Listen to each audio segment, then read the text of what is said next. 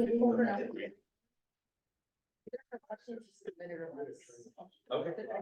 Can't imagine we talk about travel policies longer than 10 minutes.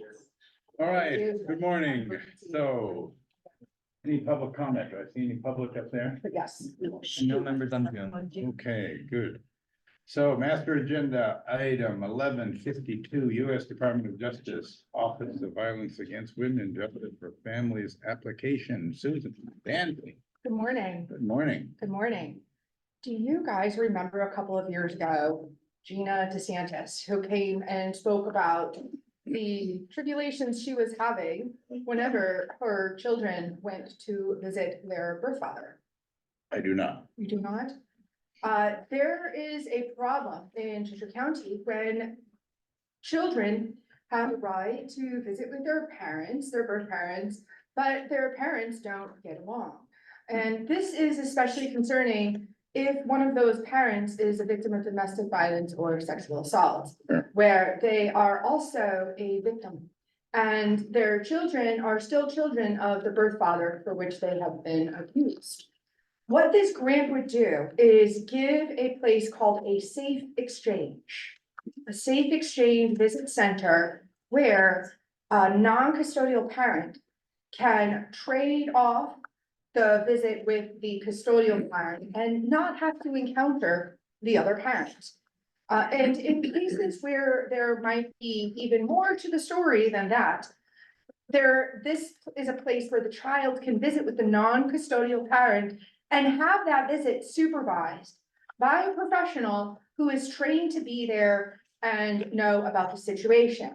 I will let Nick tell you more about what a safe exchange center is. This grant will pay for that. This would be for $600,000 over at least 3 years with the potential of 2 more years and more money, non-competitive, because this would be the first grant we would get for a safe exchange. This would be directly from the Department of Justice and would have no match. These funds we would pass through as a subrecipient agreement to Monadnock Center for Violence Prevention, as well as various other contracts and line items to support the program. It will have 2 key objectives. One is to set up a safe exchange, and the other is to work with the court systems to develop a new process, a new docket that would capture key information needed so that when children come to the Safe Exchange Center, they know the exact instructions that apply to that family and those children. I will let Mick tell you a little more about the Safe Exchange, and then together we can answer any questions you might have. Our request of you is to support this application and allow us to apply. Go ahead, Mick. Do you have their names? I do. Thank you. Go ahead, sir. Great, good morning, everybody. Is this an okay place to speak from? It is fine. It is fine, okay, great. Good morning, again, my name is Nick Hirsch, and I am the new Executive Director of MCVP, the Monadnock Center for Violence Prevention. Just downstairs in the cellar, as we Wow. talked about. Welcome. And by new, literally brand new, I've been here 4 months and a handful of days. So I'm still kind of getting my feet wet. You too? Oh, great, all right. How about that? We could throw ourselves a welcome party. Yes. And when I first came on board, MCVP was going through a lot of transitions, and so so I've been kind of trying to get my own personal foundation. Over the past 4 months, we have almost doubled, actually more than doubled in staff. There was a great staff shortage. I'm very proud of the organization because we now have probably the most professional and strong staff, experienced staff that the organization probably has ever had. With someone like my colleague here who's in a PhD program, and we have graduates from Yale University, Harvard University, American University on staff. So we're really growing into a very professional organization that I truly hope is something that the entire region can be proud of. Because we really want to be a leader in the sort of work that we do to help survivors of sexual violence, domestic violence, sexual assaults, stalking, and human trafficking as well. So our organization, I'm happy to answer more questions about our organization later. I'm going to make a general assumption that you at least know enough to kind of get us by. What I wanna just mention at the outset are the three things that I'm most excited about with this grant that Suzanne has just introduced. The first thing is that it really, I think, will solidify our relationship, meaning MCVP and the county. To me, it seems like this is just a natural relationship. In some ways, I think it's serendipitous because we just happen to be in the same building. And it seems like there's just so much potential for a partnership, given this close proximity, and the sort of work that we do, because, quite frankly, if you just boil it down to the problem of violence in our community, we're all concerned about that. We're working, on one side of it, the courts and the county, officials, administrators are working on another side of it, but we're all working together. Why not find an opportunity like a grant like this to really solidify that relationship, make it stronger? And what's that gonna do? It's gonna open doors for more and more grant opportunities, more projects, more programs in the future. You all have probably heard of storm chasers, right? Those are the guys that get in the car, drive straight into the tornado, get in the airplane, drive straight into the eye of the hurricane. In the nonprofit world, there's something called grant chasers, all right? These are people who Well, are that we just. know. So grant chasers are organizations or people who are just, any grant that's out there under the sun, they're applying to, because what do they want? They just want the money. Sounds like the state of New Hampshire. Suzanne is a career professional at this. An executive director like myself for, as long as I've been being an executive director, I've been doing this work for almost 25 years. The grant work, that's not what this is. This is a good grant. And I really mean that. This is a very viable grant that could work really, really well for us. We're not just chasing something. This is something that we thought about, that we identified as being good. So, solidify the relationship, the partnership, between MCVP and the county. Number two, it fills this need, it fills a gap for our community. And so the grant is essentially it's just mutually beneficial to everyone. It's going to help the community by filling this gap of providing what Suzanne mentioned as these safe visitations, the safe space, which is something that just does not exist. My understanding is that once upon a time, going back 5, 6, 7, 8 years ago, there was a center in the region that provided something like what we're looking at. Was that down in Jaffrey, excuse me? Yes, Okay, that was set up through Monadnock Family Services, I believe. I was involved with that organization. You were. At that time, and it was a very similar presentation over probably a year and a half. And the program seemed to be going well, but then my term on their board ended and I had not heard anything about it in a decade and a half. Okay. they lost their funding. They also had all our kids. All our visitations, kids. Yeah, where you enter on one side of Vernon Street and exit on Washington Street. Something like that, yes. Yes. Yeah, it was more like that, and one entrance for one custodial and one entrance for the non-custodial. Yeah. So that they have the protection of not encountering each other. Yes, it ended in 2017. It was primarily funded through federal pass-through grants through the state of New Hampshire. The vast majority of its funding came from that. And when that funding slowly dissolved at the state level, the program went away. There is still funding at the state level through a similar stream, slightly different originating source. However, the caveat with this funding is that it is allocated every 4 to 5 years to pre-selected contracts. So it's not exactly competitive. The two contracts that have gotten awarded the last 2 times this went up, one is on the seacoast. I think the other is Rochester, Rockingham, something like that. They're both Manchester or Southeast oriented. All of the funding that comes from the federal level that has the potential of being allocated to this purpose is being funneled to 2 contracts that aren't even remotely close to this part of the state. And in addition to that, neither one of them offer a safe exchange center that is on a practical level useful for this community. So even though the funding exists in the state, it is not practical, nor is it feasible for us to use for various reasons that are out of our control. So what is the potential population to serve?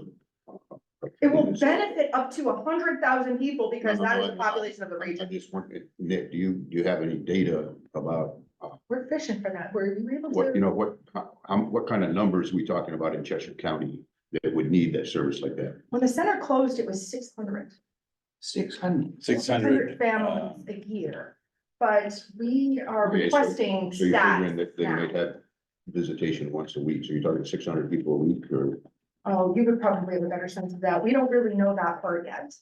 Well, is that 600 kind of, is that year. a kind of program that lasts very long, or is it just a stopgap thing? Oh, I mean, I assume that it's court ordered.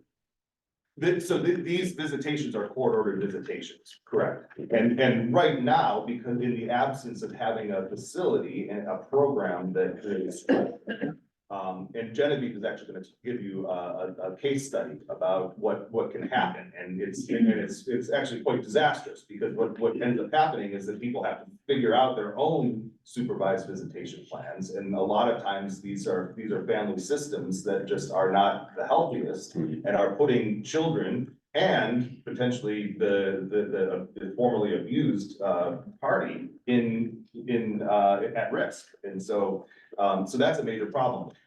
In terms of numbers, we can get you numbers. We're working on that right now. We're asking someone at the court, and then we're also telling our own numbers for that. But it's substantially more than I think most people would think. Because we're looking at a lot of cases of custody where a non-custodial parent has at one, in one way or another, also been an abuser. And that's just not uncommon, unfortunately. That's something that we just see. I mean, in an organization like ours, we just see it, every hour on the hour. What's the nearest center around this? there isn't one. Really? Yeah, there's not one. What some families will do is use the Winston Prouty Right. on a case by case. They're very That's selective. Vermont. This is not what they do. It's all the way in Brattleboro. Yeah. There's another option, where some people will use, say, for example, they'll go to pharmacies or they'll use police stations, and they make it up as they go. Important to note about this grant, two key things. One is that it must serve the families of domestic violence and sexual assault, but that is not where the list ends with people who would need these services. However, given this type of funding and the rules that apply to it and all of the constraints that we have, we will open the door serving just that population. But the long-term future would also encompass the families that don't have a court order and still need these visitations, or who have other reasons for why that relationship didn't work out, that is not violent, but still result in they should not come face to face. Those families we will not be able to serve with this funding, at least not right away.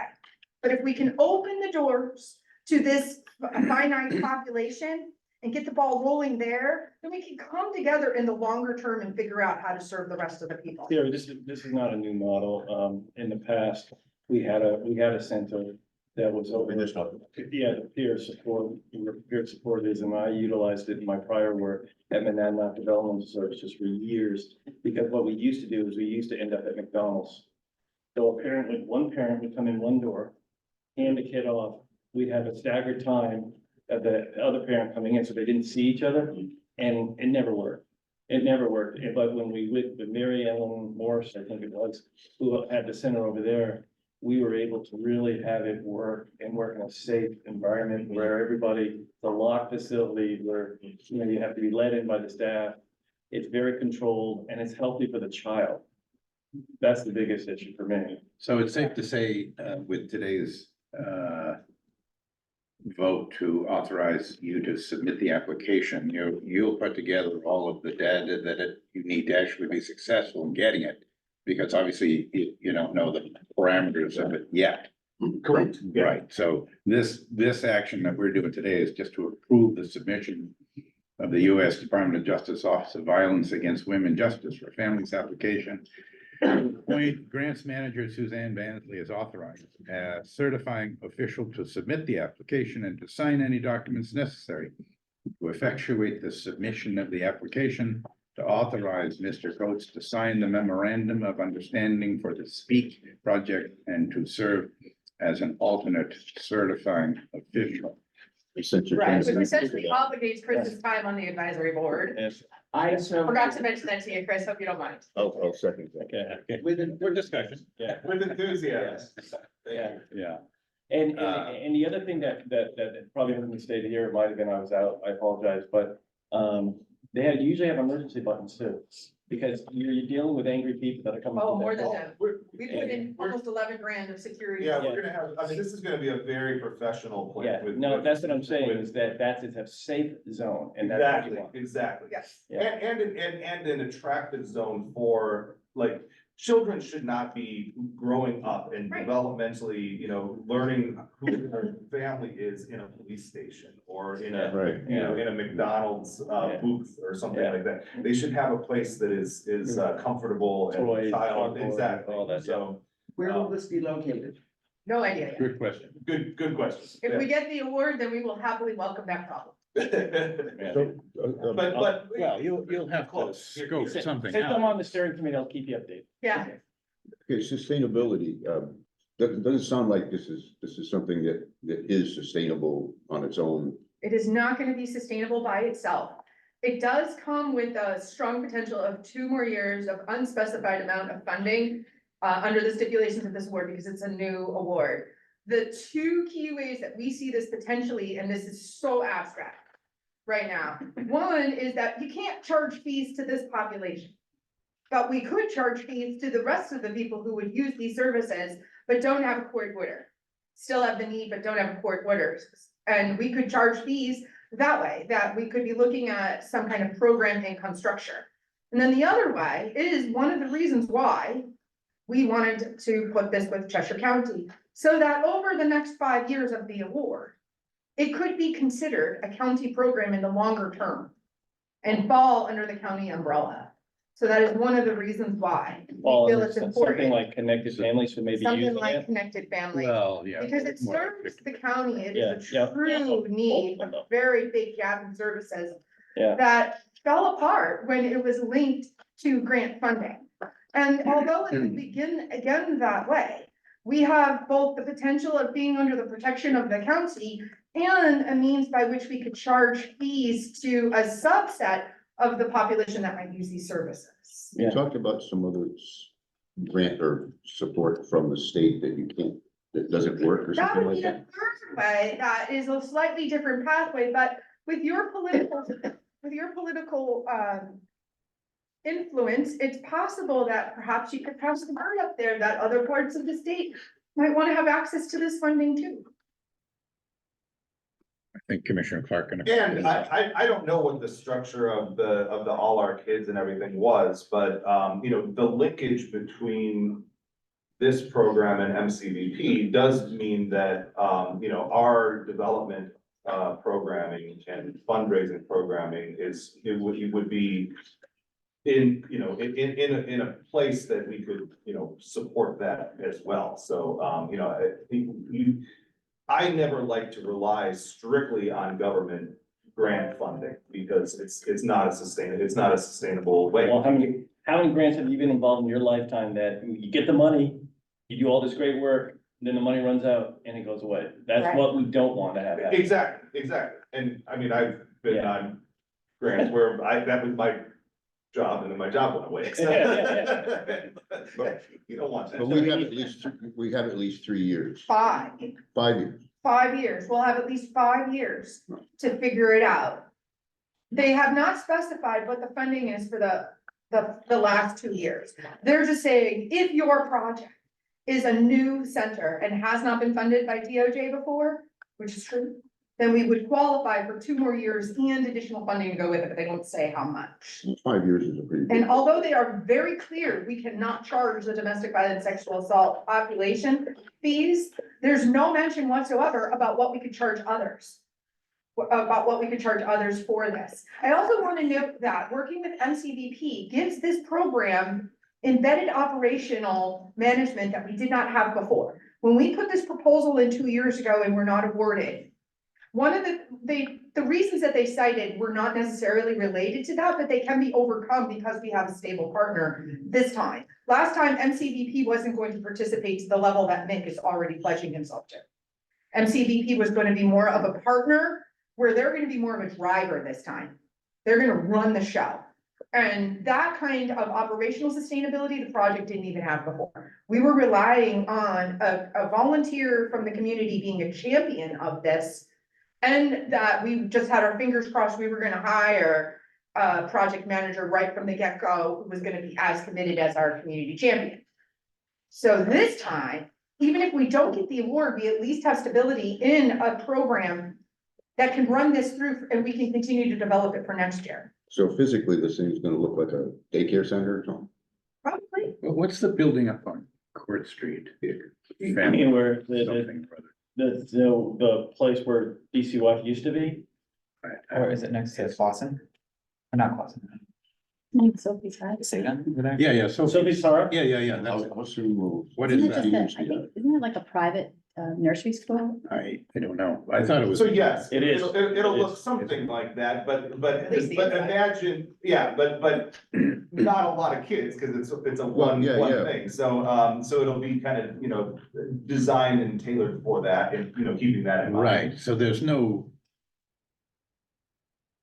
services necessarily that'll be provided. There's mostly an exchange point, kind of a, Visitation. Well, it's You have supervised. to have a person. oh, the visitation So, would take place in so that all- building. Yeah, and the idea would be that anyone That's who's fine. using this program would be meeting with the monitors would be, Oh, maybe okay. going through they'd be getting kind of Mm. coached on, proper behaviors and all of this. So there would be some kind of support, not formal therapy or anything like Yeah, that, yeah. but there would be kind of case management.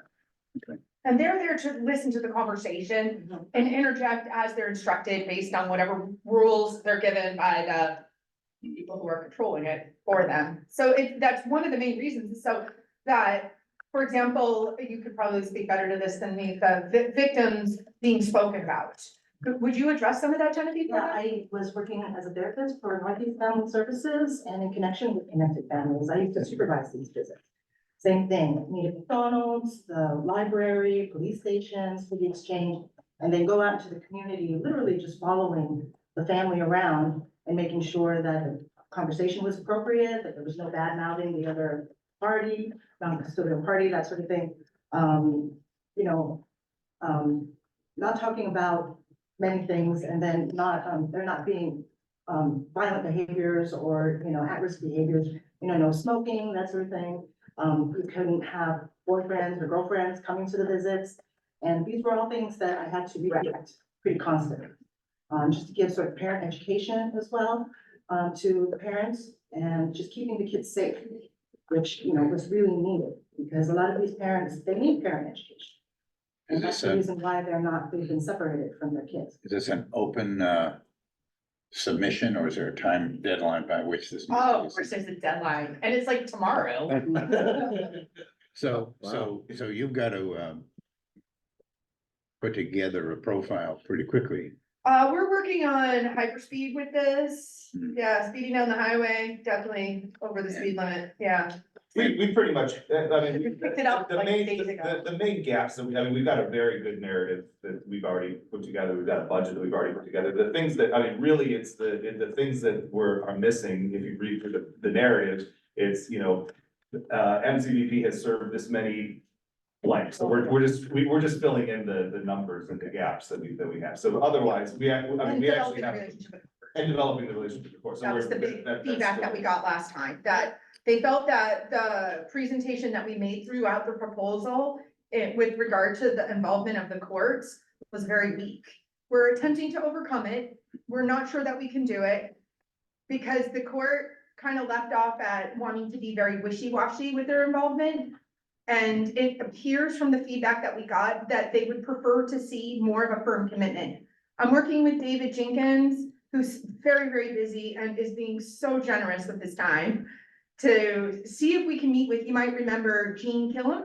Yes. who moved up to the courts up at the state level. So we're working through the one connection that we have there to see if we can get their attention so that we can have a meeting with them and explain why we want more of a commitment from them this time. We're looking for them to say now, where before what they said is that, yes, we will meet with you during the course of your grant. And what we're looking for is that they'll agree now, they'll commit now to the outcome of those meetings, which would be some form of a revised docket or procedure that the court would use when making orders for visitation so that it is clear what they're allowed to do.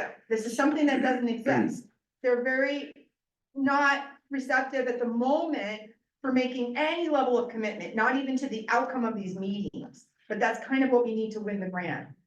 So there's no official point person on the court? Not yet, and that's also what we want, is last time, they wouldn't name a person, they would just say that if we were awarded, they would pick someone at that time. So that's one of the things that we wanna get this time, is maybe name a person, you can change it later, make it someone else later, but show a higher level of commitment, instead of saying, we will appoint someone later, say, we will appoint this person now.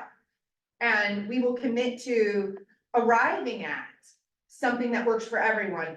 But we're not asking that they tell us now what that is, just that we're all gonna commit together to go through a process. Whereas before it was very wishy-washy. It was more, loosey-goosey of what they would do. Who's the chief justice these days of the King, Superior Court? Judge King was the one who signed the letter 2 Well, years it's ago. Superior Court, I mean, Spring, Whatever court this is there? it's former Attorney General, McDonald, And Gordon McDonald, yeah. Diane Martin is the head of the administrative office, of course. Be a good resource. yeah, I would think if it comes out of Concord at a higher level to give some guidance to the judges down here, it would be helpful Yeah, rather than pushing uphill against it. that's what we're trying to do. Yeah. Yeah, Suzanne, for your information, Gene Killam was also on the MFS board when I was on the board, so. oh wow, she goes way back then. Yes, so. Well, what's that supposed to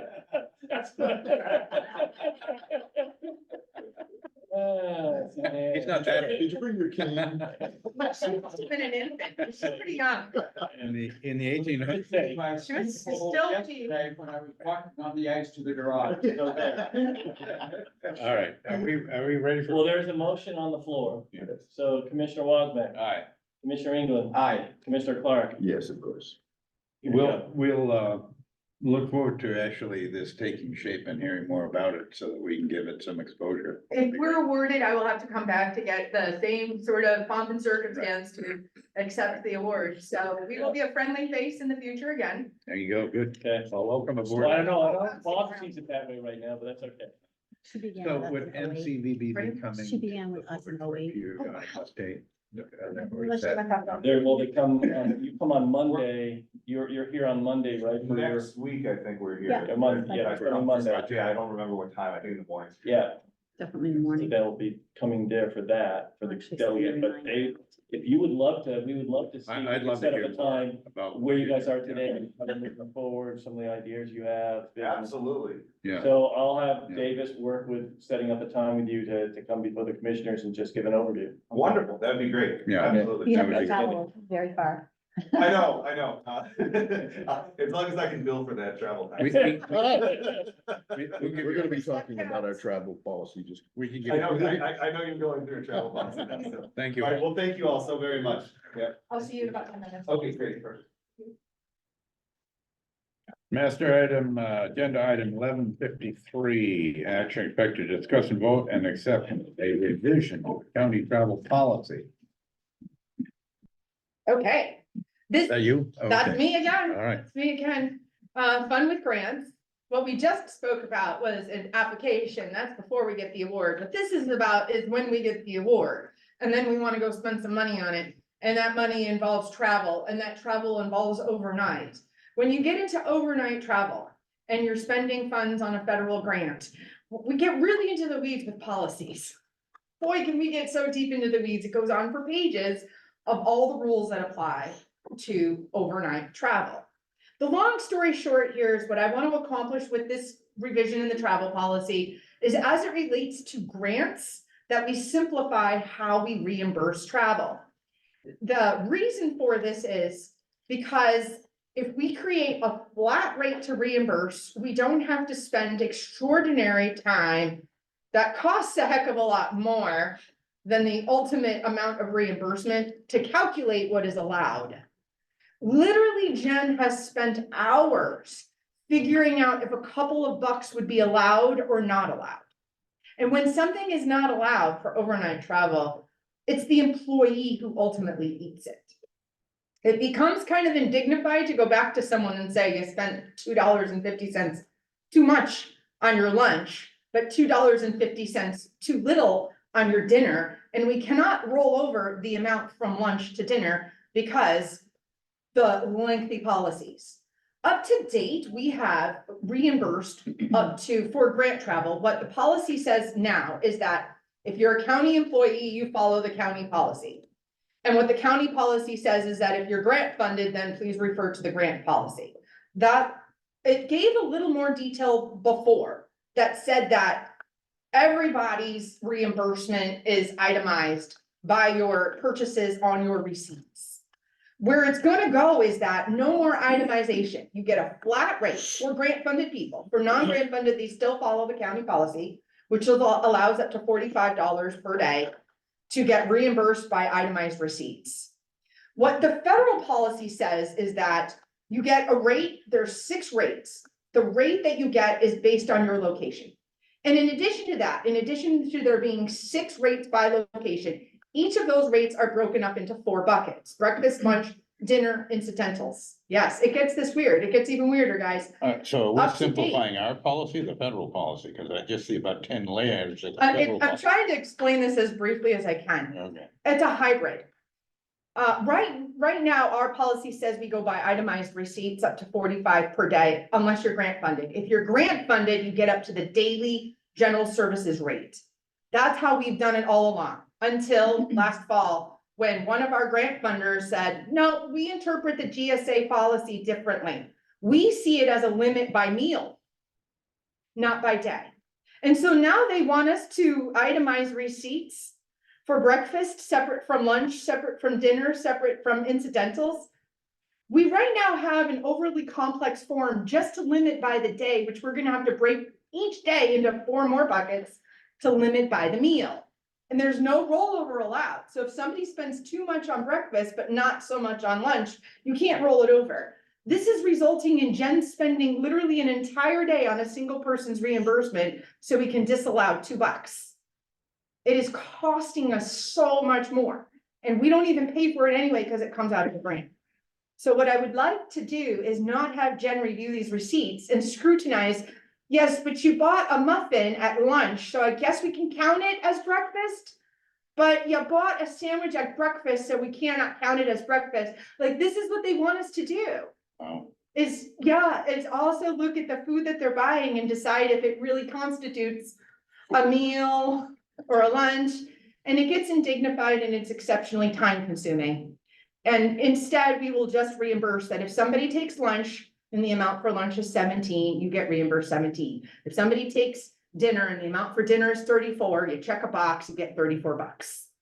I've been breaking the rules by having breakfast at lunch all these years. You might have been, except you weren't grant funded, so it doesn't matter. Well, I am a radical. But we There's a would like deputy to outside. have it, this policy will speed up the process. It will only apply to grant funded people because what we are revising are 2 policies. We're revising the county policy in a very simple way that eliminates the verbiage that says you have to turn in itemized receipts. So Typically say, it'll just be a set amount. Well, can we see well, that? the county policy will say, if you're a county employee, it's 45 per day itemized. If you're grant funded, reference the grant policy instead. What the grant policy says is you get a rate based off of your location, and you get reimbursed up to the flat amount per meal based on your location as described by this matrix on their website. So theirs No is- receipts So theirs required. is simpler. Ours, the grant policy takes more words to be more simple. Yes. But in other words. No receipts. When I go on a trip, you just give me $45 a day. Well, no, the county policy will still be itemized receipts up to $45. If you're grant funded, so if you were going on a trip as a grant funded That's what I mean, employee, yeah, that's what I mean. then it would be more than 45. It would be at least 59 up to $79. There's 6 tiers in there. And I've created a form where you would have a form that says breakfast, check a box, yes. Lunch, check a box, yes. Dinner, check a box. No, you went out to dinner or it was covered by the conference. Incidentals, check a box, yes. Based on what you check, you get the flat rate that applies for that. And we reimburse for that. No receipts. No receipts. You just tell us, did you have lunch? Yes, you had lunch. Did you not have lunch? No, you didn't have lunch. Or the conference provided lunch and so we don't reimburse for it anyway, whether you ate it or not. So people are just gonna check everything anyway. They're just gonna Why not? check it. So in other words, just give them a certain amount. Correct. We give them an allowance, you We're could just say, and they we're just spend gonna- the allowance like a salary, however they like. I don't just need the gonna receipts. presume You just people- tell me if you need it. We're gonna presume people eat. What do you mean you ate lunch? GSA sets the per diem and lodging rates for the check for the government. Correct. As per wherever in the country you are, you just look at that location. Correct. And then there's a, So New York City, it's a much higher rate than in Turkey. Correct. Keene is $59. New York City is 79. The 6 tiers are in there. So you essentially have 24 potential rates, depending on where you are in the meal in question. What if you're going to East Podunk somewhere? $59 is the base. So I can get a If it's piece of unassigned, toast, you're on the low tier. I can get a piece of toast in Keene for $12 and I can get a piece of toast in New York City for 30. Correct. Yeah. But if you get it in Keene and you Anybody spend, want to go to New York? if you get it in Keene and you spend $16 and you're grant funded, we're only gonna be able to reimburse you 15 of that. But then you go to lunch and you come a couple of bucks under, but I'm sorry, that's lunch. We can't roll over what you didn't use at breakfast because that's the new interpretation of the rule. And this was the headbutting that we got into. So when we had this conversation with the grant funder, we're like, so you really want us looking at receipts? And they couldn't even tell us, well, what's the line? How do we know if we can approve lunch versus dinner? Is that 2 o'clock or is it 3 o'clock? Like, they can't even give us something like that because this is how they reimburse. So we got into a conflict because they reimburse on the flat rate based on the tier that you're in. And we reimburse on itemized, and we're saying, but we're itemized up to the daily. And they're like, well, if you're gonna do itemized, it has to be up to the meal. And we're like, oh my God, that's too much. And that's why I'm coming to you. Can we be flat rate up to the meal? And mirror what this funder is doing? We would like to do this across the board for all grant funded people. But what about non-grant funded? That's up to, that's up to. Why don't we just finance. make one policy? That's a block. Just make one policy. That's up to finance. so, can I I- speak? Yeah, because there is, Yeah, because these are moments I'll never get back. yeah. No matter And what the the hell we- fleeting moments, the longer we sit. Suzanne showed me the tool and, and she also provided me her templates, multiple or gendered, multiple templates. I don't necessarily object to this. I have to find a way to transfer the ability for a department head or an individual employee to be putting forward the request. Right now, when it's grant funded, this stuff can't get to Laura and then Laura is sitting there, Yeah. I mean, doing this. So I don't necessarily object to advancing the same policy that we work with a flat daily rate. There's also a reduction in the first day of travel and the last day of travel. So it gets a little more complex. It's more complex. So, I don't mind working with that. I'm just not ready to yet get there because right now, all that happens is everybody in every department has the blank check request form. They handwrite it out, put it in.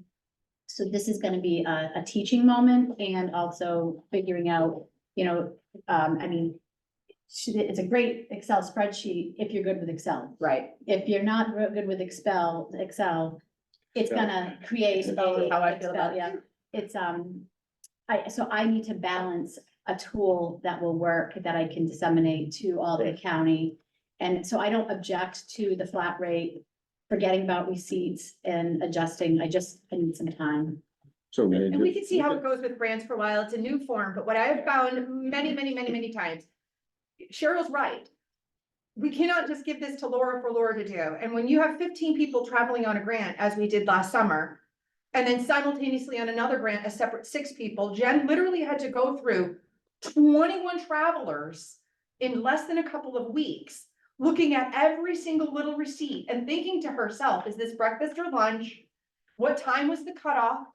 This cannot happen. We cannot be doing this because she's spending so much more time than the reimbursement amount. So Like, so much when you get a plan that's good for you, just come back and we'll, because this isn't time sensitive, right? Not for the Hers county. is. Mine is because Yours we is? need to, we need to reimburse like this. So she's So- written it so that the word language states something different for the Right. county. Do you have that language in front of you? When, That's yours, not the. This shows the corrected language that for the county policy and getting into even more detail, this is the grant policy showing the corrections. The So- only affected parts are in highlights. So we're simplifying it. And going from 1 page to 4. Well, like I said, to simplify it, it has to get complex first. Because the simplicity that we're adding is to give ourselves as a policy, we're gonna follow GSA, but we're gonna interpret it slightly differently. We were always tied for grant funded people to reimburse according to the GSA policy. Yeah. We were always tied to that, but up to date, like I said, we interpret it as a daily limit, not a meal limit. But one of our funders sees this as a meal limit. They give a flat rate, we do itemized, and they're trying to enforce us to itemized into the meal limits. And that just becomes administratively impossible. And that's essentially why we want to get a little more complex with the policy so that what we end up reimbursing is more essentially simplified. I can't wait to see how they define incidentals. That I've never gotten clarity on, but for the most part, it's leaving a tip. Maybe a valet tip or a housekeeping tip. You don't get receipts for that. So incidentals generally falls under that. That So you've it's not left the the tip. incidental old fashioned I had. No, not yet. Yeah, that would not be it. The other thing is that I created a form to go along with it, and when people use Excel forms and they're not familiar, they end up making a big old mess out of it, and we end up having to recreate it. So Jen recreates these forms on behalf of grant funded people. We can see as we give this form out to grant funded people, how they work with it and figure out how effective is this based on how much is she fixing it for them. And if that's minimized, then we'll let Cheryl know. And if it looks as though even the uninitiated to Excel can figure out a simple form like this, much more simple than before, then maybe it is, we could use the grant funded people as the experiment. So again, for non-grant programs, are there changes? so currently, for non-grant programs, we'll stick with the No. flat $45 a day. Receipts are required, but I will add this on my list of things to do to figure out how to advance. Because there are, there is no doubt when people travel outside of New Hampshire, $45 is not cutting it. No. And receipts can be an issue as well. I mean, we have many people that, we need itemized receipts because our policy says we do not reimburse for alcohol. Well, when all of a sudden they, went to, some ale and pub house and all they did is get the receipt that showed that they paid $35 with no backup. Well, we have no idea what they bought on that receipt. And so it's sometimes saying, go back and, call, or there, I don't have it, or whatever, and, And then you have so, group meals where they split it, or they ate at some kind of tapas bar and 6 people, but one person didn't eat, so that's why we divided it by 5, but the check says 6 people were on the check. Like dumb stuff like that, we won't have to worry about. so, I don't object to adjusting, and I think it would, but I want to figure out a simpler process, and it may not even be the Excel spreadsheet, it may be a piece of paper where people are checking things off, but it hasn't been my top priority to figure out this adjustment, but I think it's a great idea. Yeah, try it with the grant people I first. think, the tool that you go online and look to see what the location that you're going and what the daily per diem is. And then the individual, but it's Good just, Lord. Yeah, Yeah, we the can try to interesting thing experiment with is, forms that might work and see what happens to arrive at a form that is self-explanatory and does not require spreadsheet skills. the interesting federal fiction here is if you go to a restaurant and have a glass of wine, you not only have to deduct the cost of a glass of wine, but the proportional tip Yeah. amount And tax. related to the wine. Yeah, And the we tax, don't, we don't yeah. go that far. Yeah, no, the federal government wants you to go that far, yeah. Yeah.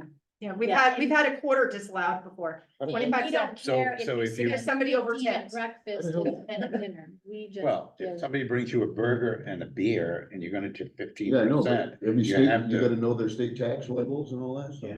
Well, Should be on them. you're gonna It's on the have to, receipts. you're gonna have to say the burger's in the left hand, the beer's in the right. Which one weighs more? So you have to weigh the person before they weigh, before they deliver the food. Do they have beer? bowls? Unfortunately, Do just they that the have- beer, the stein of beer was heavier than Interesting the calculation I did not think cheeseburger. of. Yeah. So obviously, We've always done it by Yeah, but you weight. had fries on there, that might have. oh, that'll tip the That balance. soaks up the beer. And what if you have to pay for the beer, but the burger was free? Now you can't even get your burger paid for, but if you get the burger, but you know, the beer was for free, now we have a But dilemma. then you gotta figure out the individual characteristics of the person, because some person can gain 2 pounds just looking at the food, and Yeah. another person. This is true. My wife, Yeah, there's so many things to think about. There's so much. she comes And upon then a similar problem. That? You're My eating wife ice comes cream. upon a similar problem when she, she goes overseas a lot. And then when they That's a come to problem. visit, for universities, right? So, Japanese policy or standard, behavior, is they always bring a gift, give you a gift if you go there. And it's a nice gift, and they lavish you with all sorts of stuff. Well, Keene State College. The ambassador of that university in Japan came to Keene and Sky had to entertain them. And she was not allowed to buy the gift.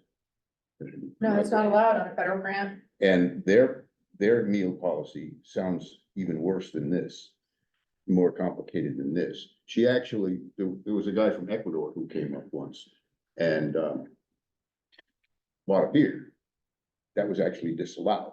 Yeah. And it was like crazy, absolutely crazy. So if you could come up with something really Simple. Yeah, simple, nice and dignified. We don't have to look at yeah, or question that. We cannot pay for your dinner because you actually bought dessert. Yeah, And I we're was gonna- actually I even think we should considering find for the it county sti- policy that because if you look at New Hampshire right now, there's an average statewide, which actually is similar to Cheshire County. And then you might get another $5 or whatever if you go to Concord or whatever, but I was almost thinking, because the majority of the travel is in New Hampshire, that maybe there's one form and we just use that average versus Yeah. them going in and looking, okay, did you go to Concord? Did you go to It's or really whatever, like, and then Yeah, pick if, one of the perhaps, two. I'm just kind of thinking out loud that then if all of a sudden we had somebody traveling to, Florida for a conference or whatever, that we then at that time create another form that could help them with that. And I just feel there are some people that, yes, Excel works and you could throw this at them, but then it's a tutorial of how do you use the Maybe- form? Just, if yeah, I can come up with different paper forms for Something the handwritten. majority. maybe would it's be New just Hampshire. maybe it's just a pure travel stipend. Listen, That's what we used to it's do. inconvenient to travel, it is, And there's costs associated that aren't reimbursed. yeah. The best Always examples has. that I have are pet care. That's not an allowable pet care. Yeah. That's not an allowable travel expense. Childcare under very detailed rules is, but pet care is not an allowable one. You have that expense Should be the other way anyway. around. Maybe increased costs for your phone or texting, just the cost of not being with your family that night. Yeah, Well, we might have to give money back. Or yeah, maybe that's a benefit that we're not considering. That's a case The by case. TGI Mondays. Yeah, but really, it is inconvenient. I mean, listen, if I go away, I could spend between $60 and $75 a day for dog sitting. Yeah, Mhm. yeah, So- exactly.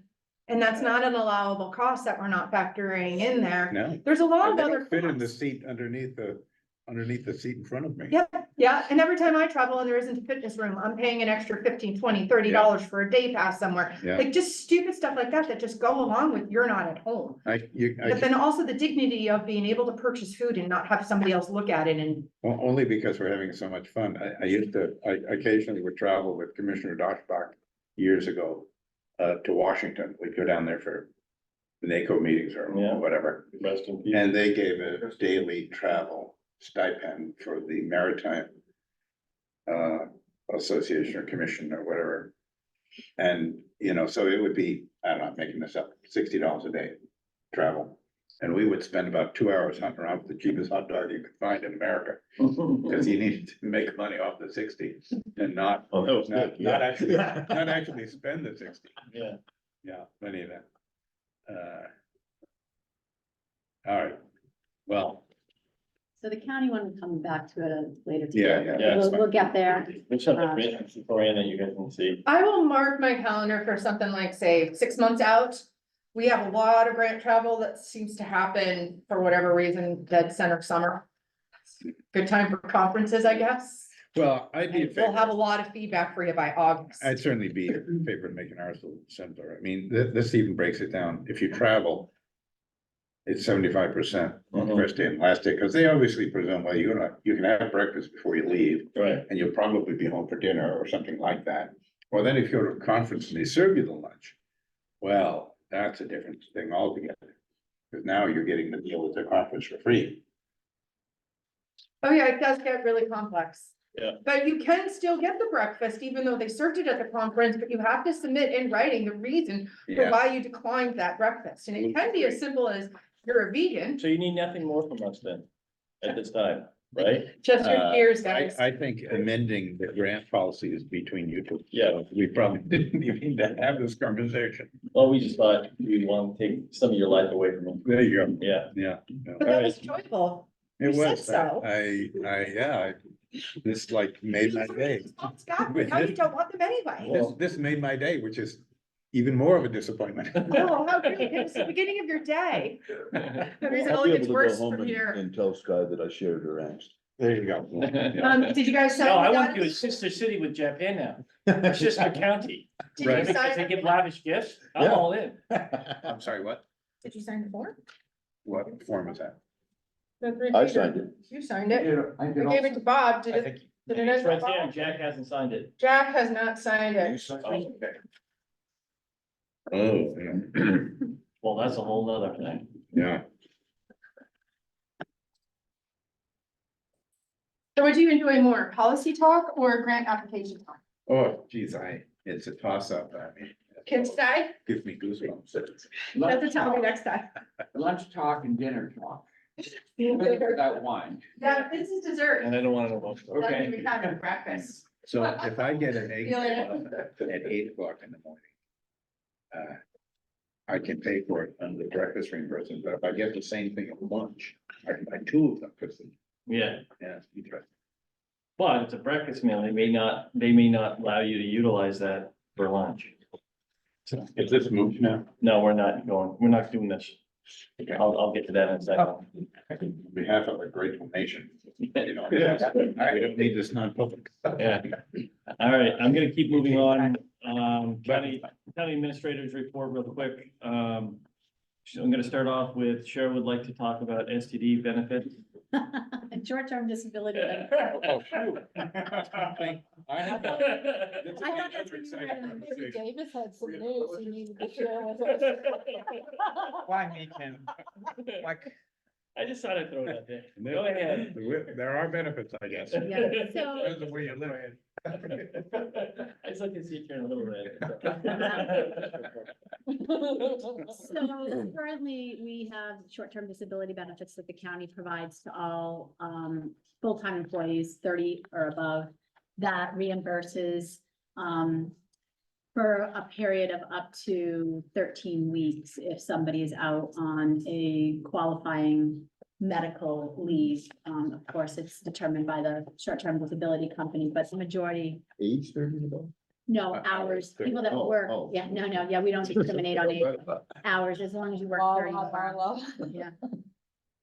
The benefit, and it's been like this forever, is, up to $800 a week, which is 60% of one's wages. So this, basically allows for somebody making just a little over $69,000 a year, the ability to have the full benefit of 60% of your wages. We've had somebody recently out that is well above that. The issue didn't come up by that Well, person. about that in terms of income? Yes, Okay. and because we are now getting to the point where there's many people over $69,000 in Oh, that's a income. good point, yeah. Yeah, we've made so many wage adjustments. Yeah, I mean, our nursing, I mean, there's just. Yeah. Yeah, so I reached out to Liz Capola at the Richards Group to see if she could find out what the cost would be to increase that weekly benefit to up to $1,500 a week, which now would put the max at like 130,000. I think that is the cap of what we probably need for a little while. Anyhow, to increase our weekly benefit from 800 to 1,500, the annual increase would be $3,146.76 for the county to add to bump up that. So let me say, it's a rough percentage, but it's capped at 800. Currently, it's capped at 800, but the percentage was the short-term disability benefit pays 60% of your weekly wages, capped at $800. Okay. And so what happens is when somebody is out on a leave of absence that qualifies for this benefit, they can supplement, if they have it, their benefit with 40% of their leave time. So that they're made whole. Yep. And then, of course, we've got some people that just don't have a bank of leave time, but a lot of them do. So it could be that, if we stuck with the 800 and the 800 really ended up only being 40% of somebody's wages, we could in turn, allow them to do 60%, but again, that would be a payroll nightmare to be figuring out what, short-term disability is already kind of a payroll nightmare. So I guess what I'm asking is if we have any objection of bumping up the maximum benefit from 800 to 1,500 per week for an increase in premiums of $3,146.76 per year. And to, again, keep it at 60%. Keep it at 60, so 60, so that anyone making 130,000 or less would still at least be able to get the 60% of their weekly wages. Because Per employee, 3,000 a month, 3,000 a year? Or is it- no, No, the premium to the county would go Oh, up to yeah, Say that's $8,000 a year. $266 a month. No, Yeah, no. No, Overall. actuarially, you pay to cover everybody, Mhm. but of course, it's based on the number of times you actually access it. And there's probably not many people on Never short-term understood disability. insurance. I'm surprised that our short-term disability company does not charge us exorbitant rates. Really? We have short-term disability claims going multiple at every moment, and they Really? are a lot of work. We currently spend $199,503 a year for the policy for short-term disability. 199,000, Yep, so basically 200,000. yeah, and so this would go from $199,503 up by $3,146.76 to go from an $800 benefit to $1,500, which honestly, I think seems like That seems like a small Small. amount for Yeah. almost a double in weekly. yeah, but I'm Potentially sure that weekly they amount. they've probably looked at our projections and, And can you tell me the number of people that we're covering at the moment that are 30 hours or greater? I'm trying to think of how can I, Roughly. So if I look Oh, I got at, something. in the census, I think there are 354 full-time employees. I'll tell you how many we had in 2023. More than that, Yeah. more than like 450. No, that's total employees. Specifically for the FTEs. Full-time, 329. And so you're thinking that at any given time, there's about 10% of them that are, Well, I wouldn't say Working. that many, but I Oh, would say, okay, so in 2020. Oh, that's 2024. I'm gonna go back to 2023. well, we're clearly not spending more than 200,000 Oh, we on the are. short-term disability receipts. In other I words, the bet amount- they are paying out close to $200,000 in claims. They've told us what, I'm very surprised that they have not increased our premiums. Yeah. Hold on. well, let me just see. Well, I never would have thought that that number of people. Do we actually get data, demographic data, age, sex, whatever on claims? I mean, they certainly look at it. They have to look at that. I don't get it from Lincoln. Melanie and Cheryl and Misty may get it. It's not something, I get that from our EAP, but I don't get it from, Interesting. from Lincoln. Well, I don't have an objection. Okay. Oh, wait a minute, we'll just, $3,000, I mean, this information, it's just, seems like that's not a bad deal. Well, I wouldn't think so. Which that's absorbed in the insurance thing, right? Not budget. Right? What It's not in the budget, it's just absorbed in the insurance. Right? we cost of that our premium Our will premium. go up by $3,000. well, Ours- well, no, That's paying you're like right. So 200. they paid out in 2023, they paid out $79,000 Okay. worth of claims. Yeah, because that's why they won't. Yeah, They have to get. Yeah, so they're not anywhere near that. The amount they pay out has to, but there have been Increase. some years that they got hit hard. right, but they're probably doing a multi-year rolling. Right, I'm sure, and we're probably part of a Yeah. overall, Do you need a motion to make Yeah. that change? yes. moved. Okay, Commissioner Wasback, Aye. Commissioner England, Commissioner Clark. Okay, so it's been raised from 800 to. You know, it's interesting, I never thought about it, but we've increased wages so much, we probably have pushed people into some people into a higher tax bracket. Mhm. But you'll never get the employees to acknowledge. No? Huh. We've learned that over the years. Okay, All right. are you all done with STDs? Yeah, it's all over. Okay, Davis, they make it free for that. I talked to my doctor. Being recorded.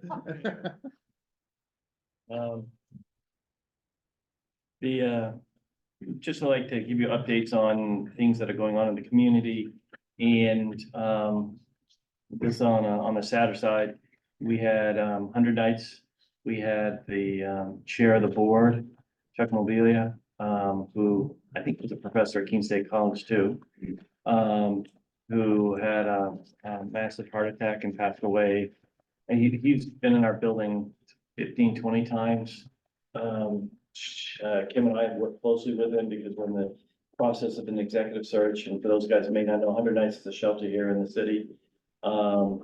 And he was an outstanding advocate for 100 Nights. Gave his heart and soul, worked at the facility on a regular basis. And just was a sweetheart of a guy, just one of the good guys. And passed away. He's the president or chair, and vice chair is his wife Teresa. So we are, and I'm on the board, of course, and so we're having an emergency meeting on, Tim's on the board too. Tomorrow night, we're gonna put an acting chair in for the next 90 days, so we can get through this storm and you know, just a horrible, horrible thing. What is that? How old a guy was he, Mark? Probably in his 70s. Was he in his? Yeah, he told me how Probably in old he his was, yeah, 70s. 72. Oh, he did just tell us at one of Yeah. our meetings, I think He he was looked like he's about- 72. I thought he was in his early Early 60s. 60s, yeah. But he What is the was position 72. pay? Which one is? No, the executive director. Executive director is salary between. 75 and 105. 105, yeah. And how's that get funded? We have one candidate, one resume that we've received so far, and I'm not sure how I feel about it. I'm kind of sitting on it. Yeah, so, How does it get funded? well, there's all different revenue venues. There's the daily rate they receive from the state. There's some other rates that they get. There's monies that they get through the county and other, other towns. And there's fundraising. A lot of fundraising. Yeah. I mean, the facility, what they did with the facility is just amazing. But there's a, increased cost to everything they do, so. Of course. And What did you say the percentage of locals is? my understanding is 40% of individuals are from the Keene area. The rest are from, and 8 to 12% are from outside of Cheshire County in the Monadnock region, 8%. 8%, yeah. and the rest is Cheshire County. So if you include Keenan, 40%, you know, it's 70, 70 some odd percent. 80% is in Cheshire County, What's the capacity? 48. Sort of confused about that. There's a state law says that you're a resident of wherever you are. So we make policies based on outside of Keene residents when they're actually Keene residents. Legally, Well, how long does it take for you to become a resident? instantly. Wherever you lay your head down. Yeah, you can like register to vote Some instantly of when our you arrive grant at the town. funding requires that we take a certain percentage from outside of our county. That we open our beds to. The state, yeah. state funding, the daily rate, you have to say, you have to open up, if you have an available bed, you have to open up, doesn't mean you have to take the person. But you have to, you have to make the state aware that you have an open bed that they could fill from Portsmouth or wherever. Which What is does the state pay per night? $22 a day, $22 a day. yeah, nothing, That's what you drop in. yeah.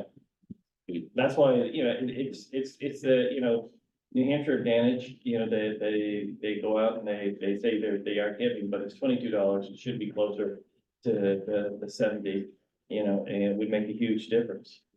You've seen Manchester, one that was, that some people are struggling to stay open with the onslaught of homelessness they have in Manchester right now. How much does it cost to operate the new Keene facility per day? They don't know. I don't know per day, Did they apply for some outside money? Outside agency, yes, they do, so we have the information. So your budget book under. Yeah. Outside agencies. I just don't have it in front of me, I have to look it up. I They don't break it recall. down. Do I think it's enough? No. No. Do I think that they're giving a service? Yes. Do I think there's other revenues that they could go after too, that would help them? Yes. So I think it's a conversation that they're gonna have to really work So on. has Mindy retired? Is she No. gone? She will in No, the spring. She's hoping to be done by spring, June, Oh, okay. summer. She has grandchildren, that live out in Washington, and then she'd like to be out there with them. She's committed to a crossover period with the new ED because she's so invested in the organization. So I don't think she has a drop dead date, but I think she's late spring, early summer, she would like to be done. She's done a ton of work for safety net in a variety of ways in this community for decades. Yeah. And it's always been an uphill push for her. Yeah. It's always been a struggle with resources. It's always been a struggle to serve the neediest of the needy. And to rise above the problems and the criticisms. Yeah. Not that anybody else has an answer, a better answer, or that they've done more. But she's certainly been a resilient, stable force for people in need. Yeah, it's easy for people to do a lot of Monday morning Oh, yeah. quarterbacking, Yeah. commenting and all that, yeah. I mean, I mean, think about it, think where Community Kitchen was, to where she left it, yeah, think where 100 Nights was, to where it is today. Yeah. So I mean, that's her legacy. I mean, aside from all the banter and chatter, and sideline comments about what to do about the homeless, as imperfect as it might be, her effort has done more than anything you could imagine, really. Yeah. Is there always room for growth? Sure. But, yeah, she's brought a lot to the community. I agree. So I'm gonna move on, Communicators Awards. The video that we had done earlier this year on the county, Cheshire County, that we showed at the conference, and it's on our website. Has been put up for a Communicators Award.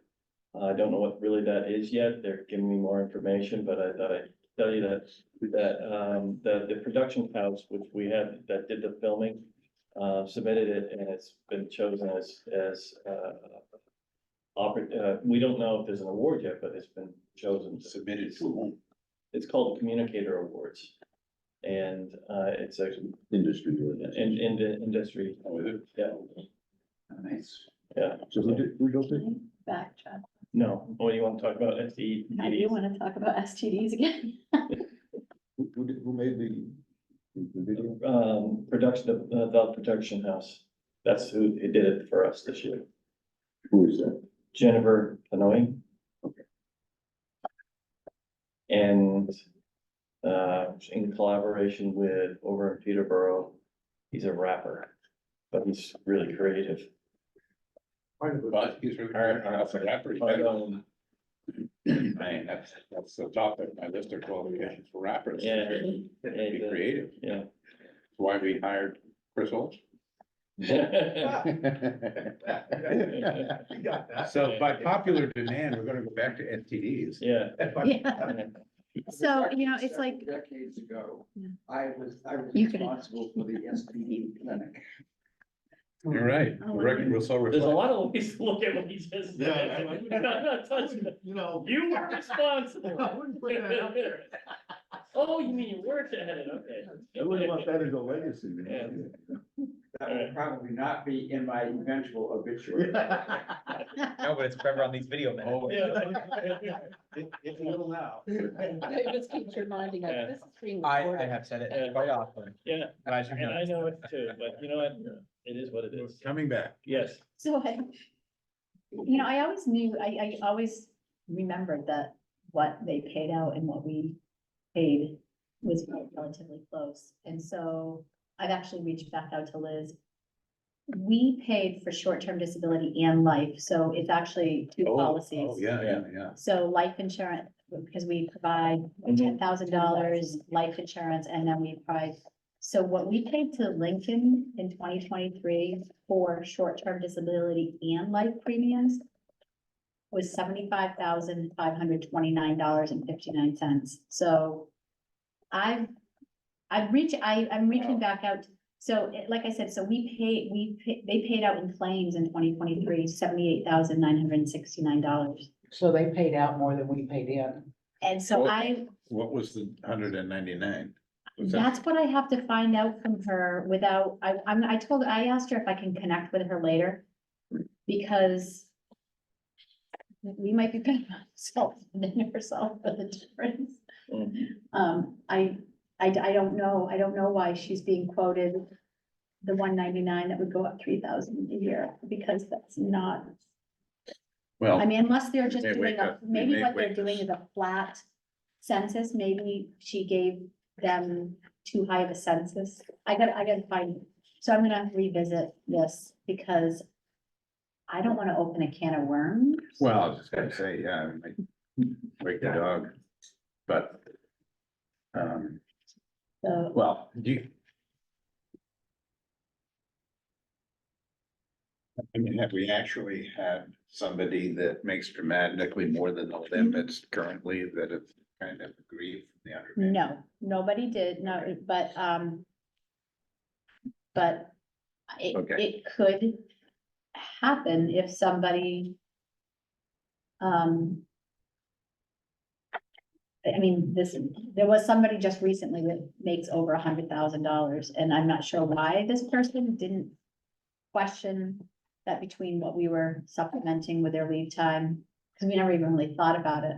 But it Well- made us realize, wow, we have quite a Yep. handful of employees that now make above that between us supplementing them 40 and,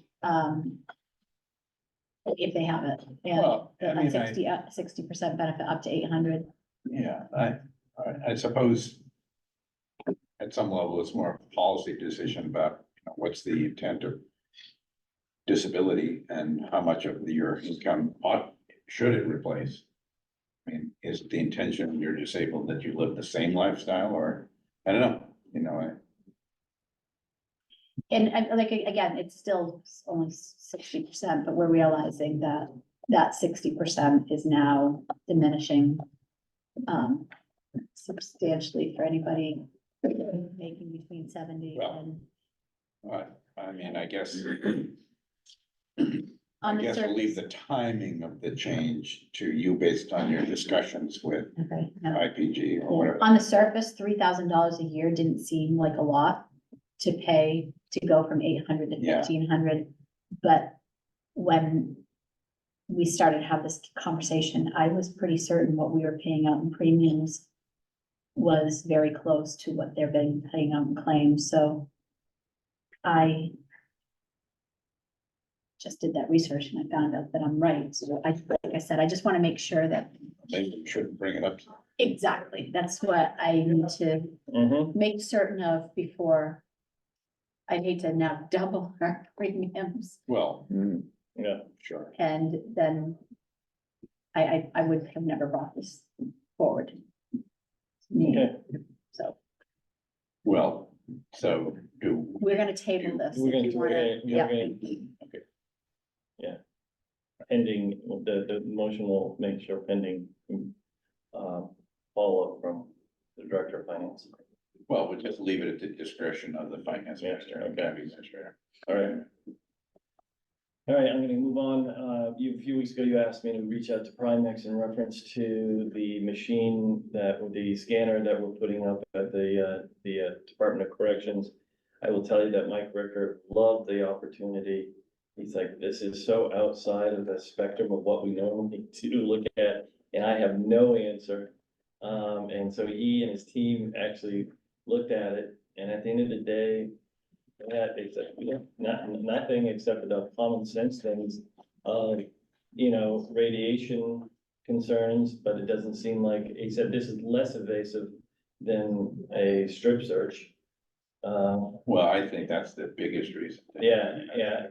And so he said that's, and by the Constitution, you have, the ability to do that, so this is less invasive, so people should like that. You've got the information around the, radiation is not a concern.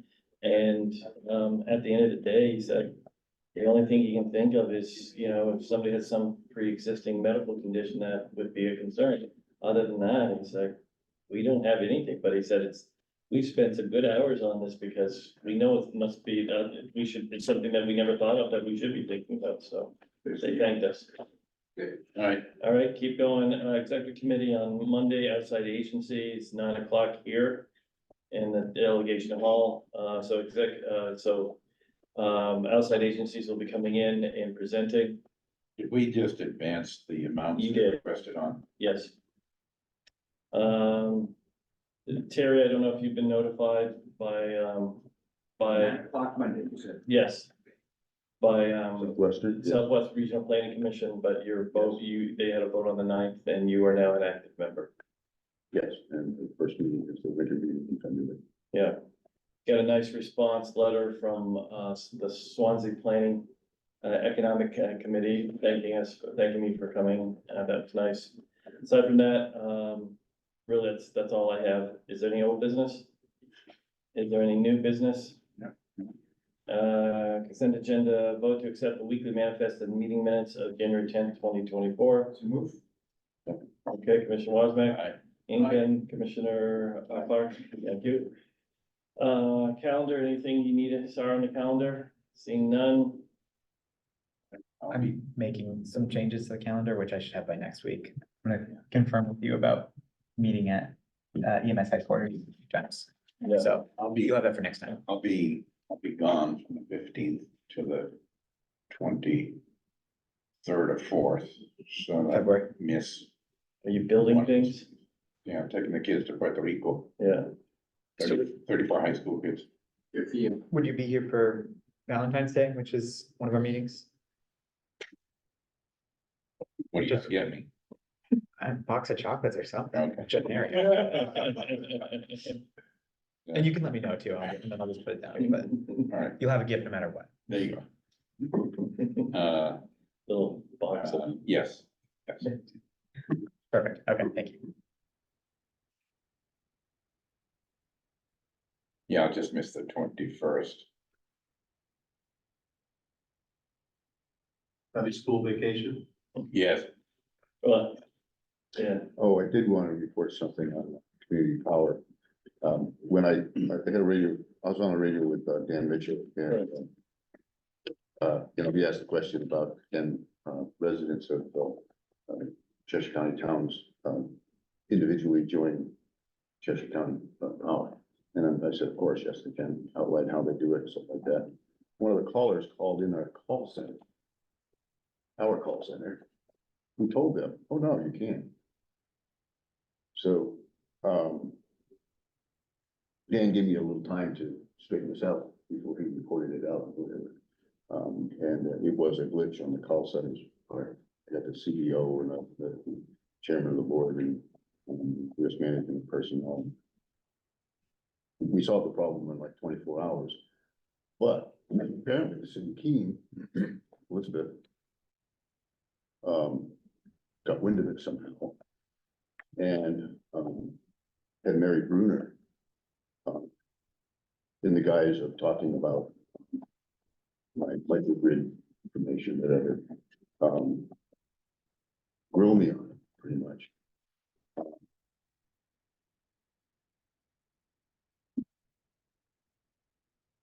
I don't want them to think that I'm out there trying to purge them of their poaching of their people and whatever like that. I think that's how they took it. But actually, Dan Mitchell asked a question. So, Well, at the end of the day, people can choose the source of their electrons. yeah, okay, that was the point. If you do hear anything about it, yes, if you live in Hinsdale, if you live in any place, in Keene or whatever, all you gotta do is go to our website and fill out your information, have your bill in front of you. So any citizen in Cheshire County Yep. could could call our 800 number, log in and buy power from Cheshire County. Yeah, I mean, some of the towns like Walpole, already belongs to They do their own, CPC. Yeah, well, they already belong to CPC and H. Yeah. They get the same rate. You know, And so and the city of Keene has their own. yeah, City of Keene has a 30-month contract with Standard Power, which is a third-party broker. Right. And their rate now is still 13.1. For ours, it's 8.1. So they're gonna stay at 13.1 for another 2 years. Wow. I thought, why wouldn't they just be going out every 6 months like everybody else? Well, because they made a contract with Standard Power and they sold it as like, well, this is this is a risk-free, you don't have to worry about rates, going up. Like, We did Yeah, it, but if they're gonna stay up. we did it with Freedom, right? we had Freedom, which was Yeah. another But for-profit. we did it for a shorter period of time, But 18 months, I think it was. the thing about it is that Standard Power, just like CPC and H, I know. have analysts who analyze the market Sure. and the trends and such like that. Right. So I don't. when Keene signed their contract with Standard, that was at the time when Eversource was at 21 cents. Okay, so everybody was freaked So out. I totally agree with you. So they came in after having done their analysis, the same analysis that we made. That showed that prices were going to drop 5 years. So they gave them a nice rate of 13.1, knowing that the rate is actually gonna drop, so that they're gonna make a lot more. But in any case, the long and short of it is people in Keene. But the bottom line is, the takeaway from this is that you were asked a question by Dan Mitchell. Yeah. On that. Then there was a little confusion. You were able to correct that confusion. Yeah. And what you said was correct. Oh, yeah, absolutely. So So somebody. can- people living in Keene can still choose anybody they want. Yeah. Period. Yeah, Yes, anytime they want. Anytime. Well, every meter read, they can do it Right. every meter read. Right. I mean, if your town already belongs to CPC and H, there's no point in doing Right. it. Well, but even within your own coalition, or whatever you call Yeah. it. You can shop the tiers of coverage, whether you want. Oh, yeah, renewable yeah, or yeah, not. yeah. Anybody in this, anyone in either one of the community power models, whether it be the coalition or the broker, can do that. Right. They've always been able to do that. We had, I had a meeting last night in another community, and we had that local energy aggregator coalition speaking. And I was surprised that there were people that they weren't gonna be forced to opt in. They didn't care how much money they were gonna save. I'm thinking, really? Okay. Oh, yeah, That's that's all a right. That's why it takes a year to have these discussions and set the stage. Yankee thing. Get the, yeah, they Well, they- didn't want to be told what to do. Well, they just opt out then. Yeah. Oh, they didn't. Well, they didn't, well, yeah, I guess if you It's don't just the believe, beginning of the conversation. I guess you don't believe in laws, but, you know, state of interest said that select people are authorized to do that, but. Yeah, anyway. In any case, okay. we have the lowest electricity rates in the state of New Hampshire. For the next 6 months, and because of our model of reserve funds, we're probably gonna be able to stay under any of the utilities and or the full broker models, because the full broker model has a certain amount of profit built in. Mhm. Where our profit actually goes back to the reserve fund, which allows us to buy down. Mhm. And one thing the editorial in the Sentinel, it got wrong is that they said that that we go to market the same time that the utilities do, which we don't. We go to market every week, build up contracts all year long into the portfolio where we're able to average them out. And that's why another big reason why we stay below. Yeah, that editorial was sort of defending Keene for some reason, sure. Well, I mean, everybody looks at it in a different light. We chose to go this path. We feel it's the right path and at the end of the day. But can you explain to me, the Eversource thing again, why their numbers were as low as they were? Is that because they overcharged, so they were giving a credit back through the rate When they, projection? yeah, 2 years ago, when they went to, no, it was just a year ago. Yeah, they went, no, it was a year and a half ago. They went to 21 cents. And well, apparently the PUC has told them that that was wrong. They shouldn't have done that. they approved it, didn't they? They approved it, yeah, but, so they did the math and they were only supposed to go up to like 19.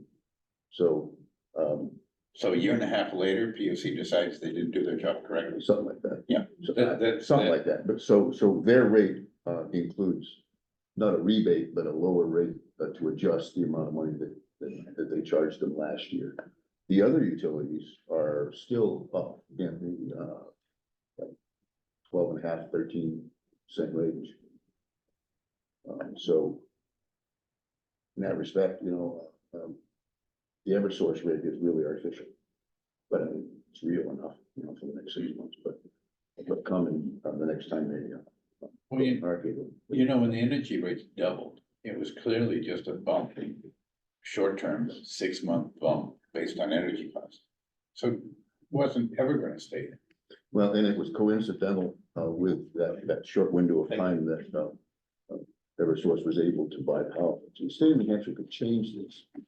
But Eversource and the other utilities don't, because they don't make any money on selling energy. So they only want to do it a couple times a year. They don't want to be bothered with it.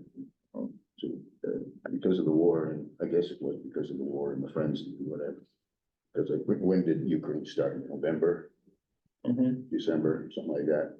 And then they bought the market in January. So that was just coincidental. So what was the outcome, if I may, maybe we can talk about offline with people with solar? Some bump in terms of what you could do and how. Well, how you- the law says that, that the utilities must provide, data for every individual who does, phase 1 and phase 2, solar. And the utilities are saying, well, we just don't have the internal Excel sheet or whatever. We're not really able to do that right now. So they're like sort of dragging their feet. And we've sued, and many other towns have done the same thing. And the PUC is still yet to act on. I wish I could hear something good about the PUC at some point. Well, you have to, Well, you have to understand who appointed them all. And why, who you think's pretty, the Eversource or just knowing all those things, about, money and politics. That's too bad. All right, Okay, so are you all set? Yeah. Okay, then we have one, we initially had two, but it's, just one non-public session. To hear, personnel, promotion opportunity that we would like to bring to you. The other was a hearing that we've had, and that had resolution to that and so that matter is not gonna be heard today. okay, So, so we non-public pursuant to RSA 91A:3 to and need a motion to go into non-public. Second. Okay, Commissioner Wasback? Aye. Commissioner England? Aye. Commissioner Clark? Are there Okay, any other and we'd business like to after this? have Davis